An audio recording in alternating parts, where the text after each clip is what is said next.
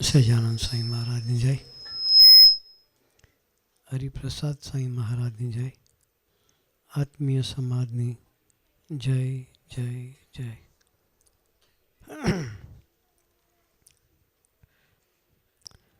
હરિશરણ સ્વામીએ વાત કરી. આપણા જીવનમાં સંતની અનિવાર્યતા શાના માટે છે? આપણને બધાને મહાભારતની ખબર છે.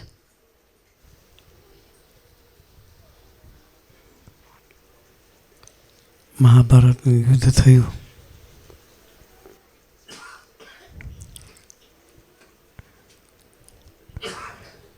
એમાં કૌરવ પક્ષ ને પાંડવ પક્ષ બે પક્ષ. એક બાજુ 100 કૌરવ,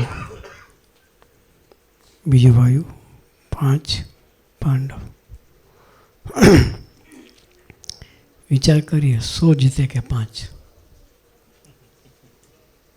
લૌકિક બુદ્ધિથી આપણે વિચાર કરીએ કે 100 જીતે કે 5? 5 જીતે જ નહીં કોઈ દાડો. 100 જણા હોય, 100 ને જોઈને 5 ભાગી જાય. હે 100નું ટોળું આપણે 5 જણા આવે, આપણે 5 જણા મુઠ્ઠી વાળીને ભાગી જઈએ. છતાં 5 જીત્યા અને 100 હાર્યા. એનું કારણ શું?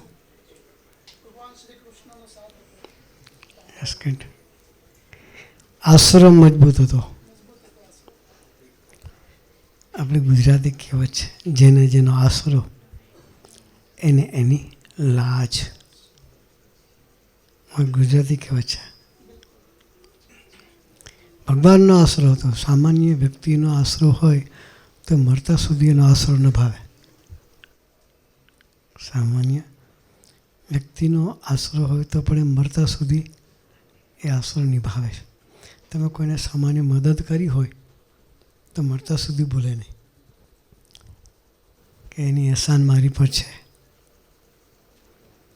ભગવાનનો આશરો રાખ્યો હોય તો 5માં દેખીને મરવાની જા. જ્યારે અર્જુન દ્રૌપદીના પેલા સ્વયંવર વખતે ગયા, વ્યક્તિ કાપડી બેસ્યા હતા.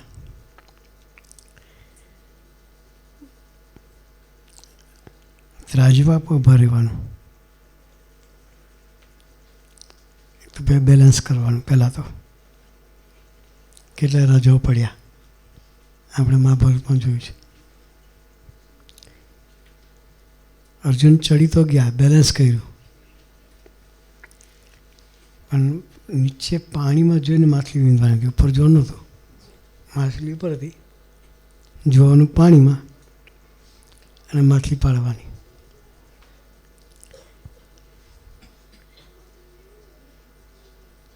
બાણાવાડી તો હતો જ, પણ પાણી હલતું હોય તો શું દેખાય? ક્લિયર પિક્ચર દેખાય નહીં. ઉપર પહોંચ્યા, ત્રાજવું બેલેન્સ કર્યું, પણ નીચે જોયું તો ફિગર દેખાતી, માછલી પાણીમાં દેખાતી નહોતી.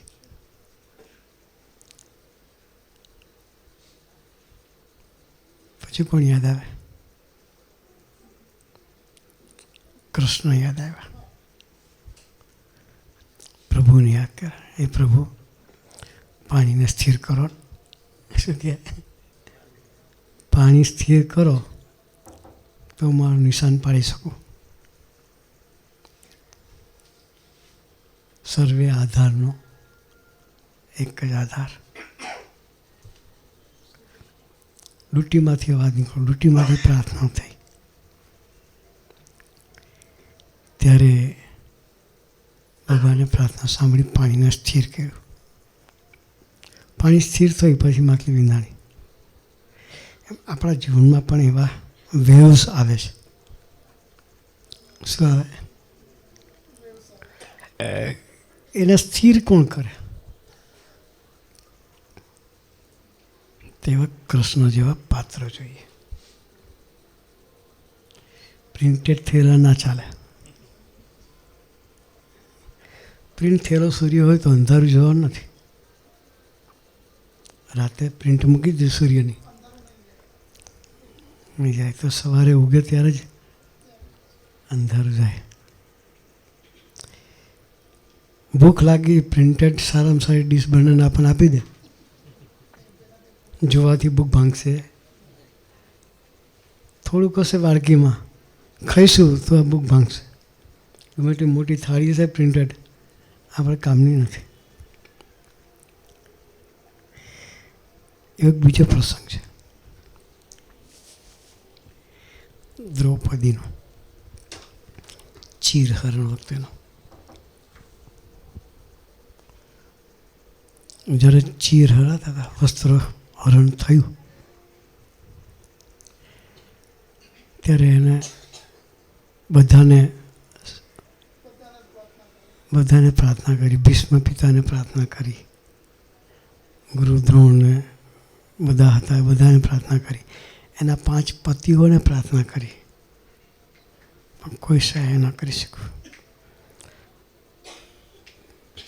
કપડાં ખેંચવાનું ચાલતું હતું જ, છેલ્લે પકડી રાખે, પણ ક્યાં દુશાસનની તાકાત અને ક્યાં અબળા, સ્ત્રી જાતિ અબળા કહેવાય, એની તાકાત.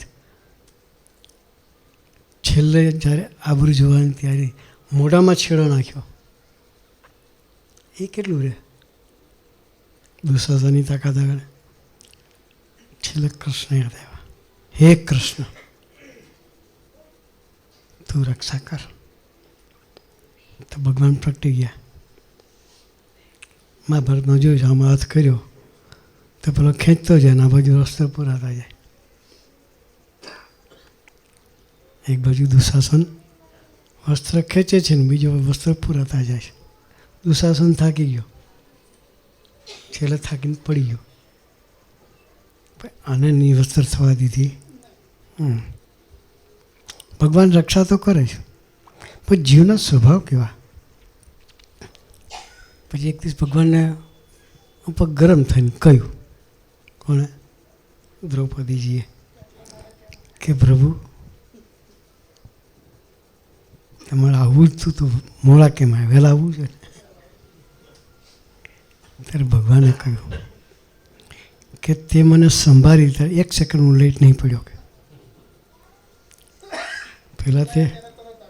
પહેલાં તમે ભીષ્મને સંભાળ્યા, ગુરુ દ્રોણને લોકોને સંભાળ્યા, તમારા 5 ધણીને તમે સંભાળ્યા, કોઈ તમને મદદ ન કરી શકે. તે જ્યારે મને કહ્યું, બૂમ મારી, એ સેકન્ડમાં આવી ગયો. તે મને યાદ કરવામાં મોડું કર્યું. શું કહ્યું? તે મને યાદ કરવામાં મોડું કર્યું, મેં આપવામાં મોડું નથી. ભગવાન તો આપણો પોકાર સાંભળવા માટે તૈયાર છે, પણ એવો પોકાર થવો જોઈએ. અને એ પોકાર સાંભળે એવા પુરુષ અમારા ગુરુ હરિપ્રસાદ સ્વામી જેવા પુરુષ હતા કે પોકાર સાંભળે. એમનો ઉત્સવ 91માં પ્રાગટ્ય મહોત્સવ એ ઉજવવા માટે અમે જઈ રહ્યા છીએ. નસીબદાર છે ભાઈઓ, એણે આ તક ઝડપી લીધી. આપણને બધાને એ અવસરનો લાભ મળશે.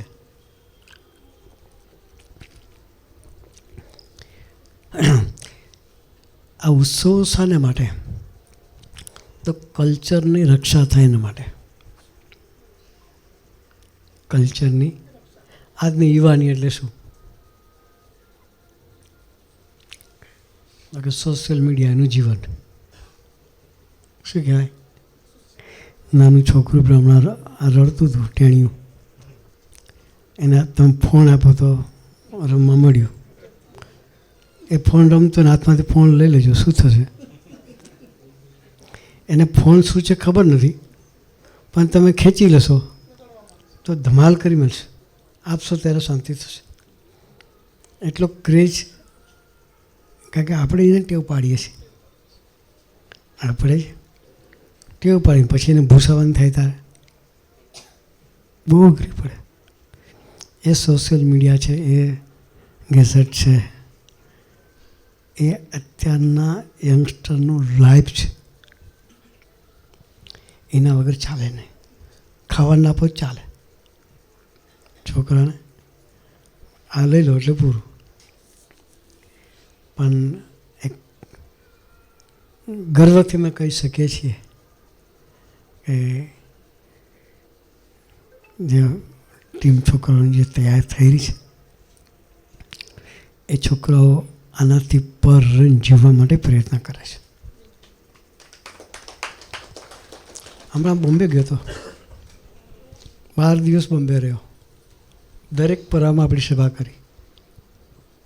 એક એક પરામાં 300, 400 દીકરાઓ સભા કરે છે. એક એક પરામાં 400 દીકરાઓ સભા કરે છે. ઓલમોસ્ટ 11,000 જેટલા દીકરાઓ રેગ્યુલર વીકલી સભા કરે છે.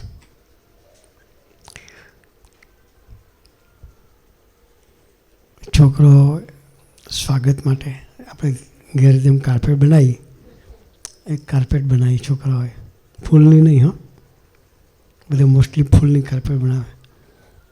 છોકરાઓએ સોશિયલ મીડિયાના આઇકોન્સ હોય, એ આઇકોન્સ આખા રસ્તામાં ગોઠવ્યા. હા, અને પછી પ્રાર્થના કરી સંતોને કે તમે ઠાકોરજી લઈને ચાલો છો તો આની પર થઈને ચાલો, તો આ અમારા જીવનના જે હર્ડલ્સ છે, શું છે, એ દૂર થાય છે.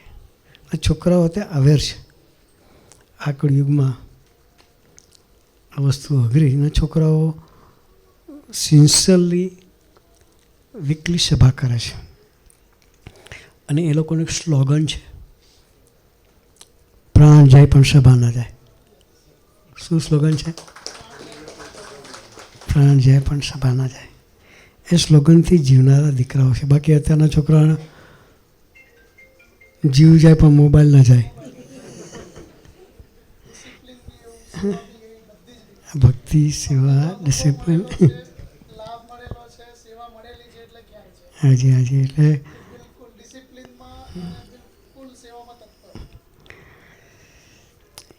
એટલે એક એવા સમાજનું સર્જન થાય. દરેક દીકરાઓનું લાઈફ ચેનલાઇઝ થાય. છોકરાઓ પોતાનો માર્ગ જે ભૂલ્યા છે, ધીરે ધીરે, એકદમ તો ના થાય, પણ એ એકવાર રસ્તે ચડશે તો આગળ નીકળશે. અત્યારે 1 લાખ દીકરાઓ માર્ગે ચડ્યા છે. દર વર્ષે આવો યુવા મહોત્સવ આપણે કરીએ છીએ.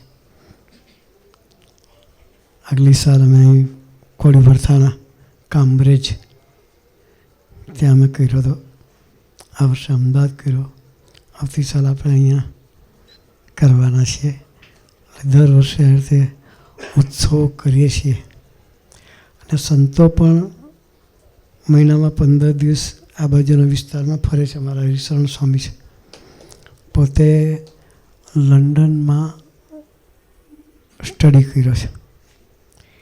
ત્યાં જોબ કરતા હતા આજથી 12 વર્ષ 14 વર્ષ પહેલાં. પછી સાધુ થયા. એ વખતે 100K એની પાઉન્ડમાં સેલરી હતી, મોર દેન. એટલે આપણી કરોડ રૂપિયા થઈ ને. હે, આજથી 14 વર્ષ પહેલાં વાત કરું છું. જ્યારે સાધુ થયા ત્યારે કંપનીએ કહ્યું કે તું ત્યારે અમારું કામ કર. તો સાધુ થયા પછી અમારે કંઈ કામ કરવું હોતું નથી, તને સેલરી આપીશું, બધું કર્યું, પણ તું અમારું કામ ચાલુ રાખે. કંપની એટલી બધી એનાથી પ્રભાવિત હતી, છતાં એ બધું છોડીને અત્યારે સમાજની સેવા માટે, સંસ્કારના જતન માટે આ બાજુ વિચરણ કરે છે. તો આવા સરસ સંતોની ગોદ આપણને મળી છે. આપણા દીકરાઓને સ્વામીના યોગમાં લાવીએ. મિલનભાઈ જેવા કાર્યકર્તાઓ, રાજુભાઈ જેવા કાર્યકર્તાઓ છે. બહેનોમાં બહેનો પણ સરસ કાર્ય કરે છે. તો બહેનો સાથે રસૂપ કરીએ, દીકરાઓને સંતો સાથે રસૂપ કરીએ તો આપણા ઘરમાં પણ એક સત્યુગ સ્થપાઈ જાય. બાકી જનરેશન ગેપ એને ટાળવી બહુ અઘરી, પણ છતાં અમે કહી શકીએ છીએ કે જે દીકરાઓ સત્સંગના માર્ગે છે એ મા બાપની એટલી જ મર્યાદા રાખીને જીવે છે. એટલે આપણી સાચી મૂડી આપણી આ જનરેશન છે. એ જનરેશનના સંસ્કારનું જતન ના થયું તો આપણે કરોડો કમાયા શું તો આપણા કામના નથી. એટલે આપણી સાચી મૂડી સચવાઈ જાય એના માટે આપણે સત્સંગ કરવો છે. તો એ સંસ્કારોનું જતન થાય. સ્વામીજીની એ જ ભાવના હતી. સ્વામીજી 20 વર્ષની ઉંમર હતા ત્યારથી યુવા પ્રવૃત્તિ કરતા હતા, 87 વર્ષ સુધી. એટલે 70 વર્ષ 70 વર્ષ યુવા પ્રવૃત્તિ સ્વામીજીએ કરી. એના ફળ સ્વરૂપે અત્યારે લાખો દીકરાઓ સત્સંગના માર્ગે વળ્યા છે. અમે કોઈને સ્વામિનારાયણ થવાનું કહેતા નથી કે તું કંઠી પહેરને સ્વામિનારાયણ થાય એવું નહીં, પણ તમારા જીવનમાં સંસ્કારનું જતન થાય, સારા મિત્રનો ગોદ મળે કે જેથી તમારી જિંદગી સુખી થાય, એટલું અમે કહીએ છીએ. એમાં સંતો એવું સરસ ગુવાડી કરે છે, માર્ગે ચડાવે છે. તો દીકરાઓને માર્ગે સંતો સાથે દોસ્તી કરાવી અને એના જીવનમાં સંસ્કારનું જતન થાય. આપણા પરિવારમાં પણ આત્મીયતા. સ્વામીજી એક વાત કરતા હતા, અમારા ગુરુજી, તમે પૈણા હો, તમારે ઘરવાળીને તુકારે બોલાવતા નહીં. બહુ અઘરો જોબ છે, કારણ કે ઘરમાં તો અધિકારનું પાત્ર કહેવાય, એની પર તો રિસ્પેક્ટથી બોલવાની વાત આવે જ નહીં. આવે આવવું જોઈએ. સ્વામીજી કે તમારા ઘરને મંદિર બનાવવું હોય, ખાલી તમે ઘરવાળાને તમે કહીને બોલાવજો, પછી ગરમ થવાનું મન નહીં થાય. અખતરો કરજો ને એની જાતે નેચરલ ઘરમાં આત્મીયતા પ્રગટશે. સ્વામીજી આ સૂત્ર બધાને આપતા હતા. એ સ્વામીજીનું મિશન હતું ઘર મંદિર બને, ઘરમાં મીઠાશ પ્રગટે, ઘરમાં આત્મીયતા પ્રગટે. સ્વામીજીનું સ્લોગન હતું કોઈ આત્મીય બને કે ના બને, મારે આત્મીય બનવું છે. આ સ્લોગન સ્વામીજીનું હતું. એ સ્લોગન પર સ્વામીજીએ બધાને એ માર્ગે ચડાવી અને સુખ્યા કર્યા છે. તો આપણે એ સ્વામીજીના સ્લોગનને પોતાનું સ્લોગન બનાવી ઘરમાં, પરિવારમાં, બધી જ જગ્યાએ વાણીમાં મીઠાશ પ્રગટાવી અને આત્મીયતા પ્રગટે એ માટે સત્સંગ અને ભક્તિના માર્ગે ચડીએ. એ જ આજના શુભ દિવસે અંતરની પ્રાર્થના. સહજાનંદ સ્વામી મહારાજની જય.